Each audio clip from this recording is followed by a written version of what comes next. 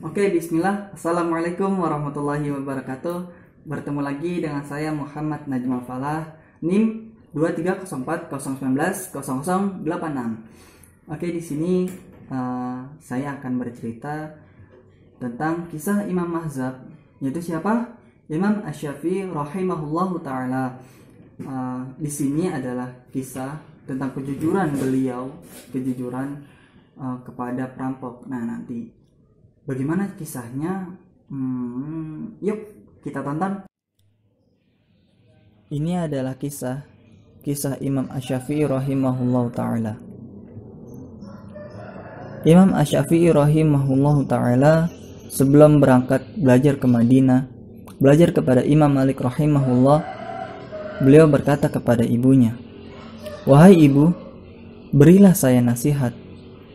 Ibunya berkata, "Wahai anakku, berjanjilah kepadaku untuk tidak berdusta." Imam Asy-Syafi'i rahimahullah berkata, "Saya berjanji kepada Allah lalu kepadamu untuk tidak berdusta." Lalu dibekalilah oleh ibunya uang 400 dirham. Beliau Imam Asy-Syafi'i rahimahullah keluar bersama rombongan menuju Madinah. Imam Asy-Syafi'i menyimpan uang itu di dalam sebuah kantong yang ia jahit di sela-sela bajunya. Namun di tengah-tengah perjalanan ada perampok yang merampas seluruh harta rombongan tersebut. Tatkala sampai di hadapan Imam Asy-Syafi'i yang masih kecil, para perampok itu berkata, "Apakah kamu memiliki uang, wahai anak kecil?" Imam Asy-Syafi'i menjawab, "Iya." "Berapa?" tanya salah satu perampok tersebut.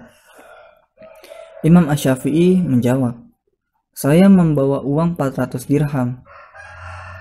Para perampok tersebut tertawa sambil ngeledek beliau dan berkata, "Pergilah, apakah kamu hendak mengolok-olok kami? Pergi sana," kata seorang perampok. Kemudian Imam Asy-Syafi'i rahimahullah pergi, lalu berhenti di samping rombongan kafilah yang dirampok tadi. Tiba-tiba ada seorang, yaitu pemimpin rampok. Pemimpin rampok itu berkata kepada anak buahnya, "Apakah kalian telah mengambil semuanya?" Lalu anak buahnya menjawab, "Iya." "Apakah kalian tidak meninggalkan seorang pun?" tanya sang pemimpin memastikan. Salah satu dari mereka pun menjawab, "Tidak, kecuali seorang anak kecil yang mengaku telah membawa uang sebanyak 400 dirham. Namun anak tersebut gila atau hanya ingin mengolok-olok kita, sehingga kami pun menyuruhnya pergi." Lalu pemimpin rampok itu berkata, "Bawa anak itu kemari." Dibawalah Imam Asy-Syafi'i rahimahullah kepada pemimpin rampok tersebut. Berapa uang yang kamu bawa?" tanya pemimpin rampok tersebut. 400 dirham, jawab Imam Asy-Syafi'i. Pemimpin rampok itu bertanya lagi, "Di mana uang itu?" Lalu Imam Asy-Syafi'i mengeluarkan uang tersebut dari balik pakaiannya dan menyerahkannya kepada pemimpin kawanan perampok tersebut. Pemimpin rampok itu menuangkan uang-uang tersebut ke pangkuannya.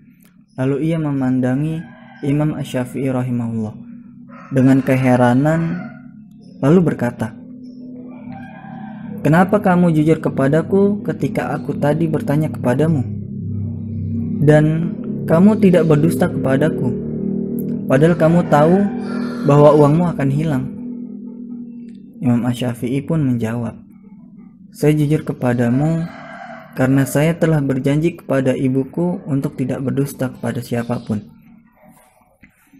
Mendengar penuturan Imam Asy-Syafi'i dikala itu masih kecil, tiba-tiba tangan pemimpin rampok itu berhenti memainkan uang 400 dirham tersebut. karena di hatinya telah bergetar karena hidayah Allah Subhanahu wa taala.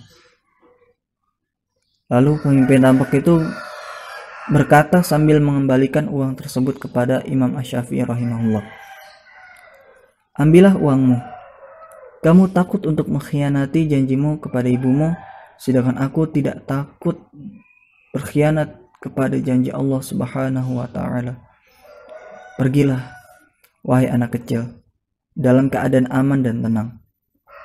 Karena aku telah bertobat kepada Zat yang menerima taubat lagi Maha Penyayang melalui kedua tanganmu. Dengan taubat ini, aku tidak akan pernah mendurhakainya lagi selamanya."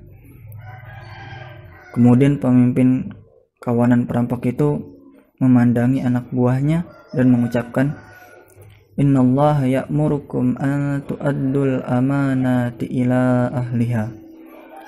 Sungguhnya Allah menyuruh kamu menyampaikan amanat kepada orang yang berhak menerimanya.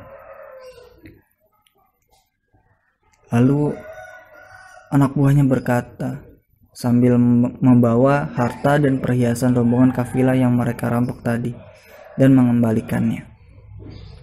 Dan mereka berkata kepada pemimpin mereka, "Wahai Tuhan kami, Anda telah bertobat dengan Zat yang Maha menerima taubat lagi Maha Penyayang.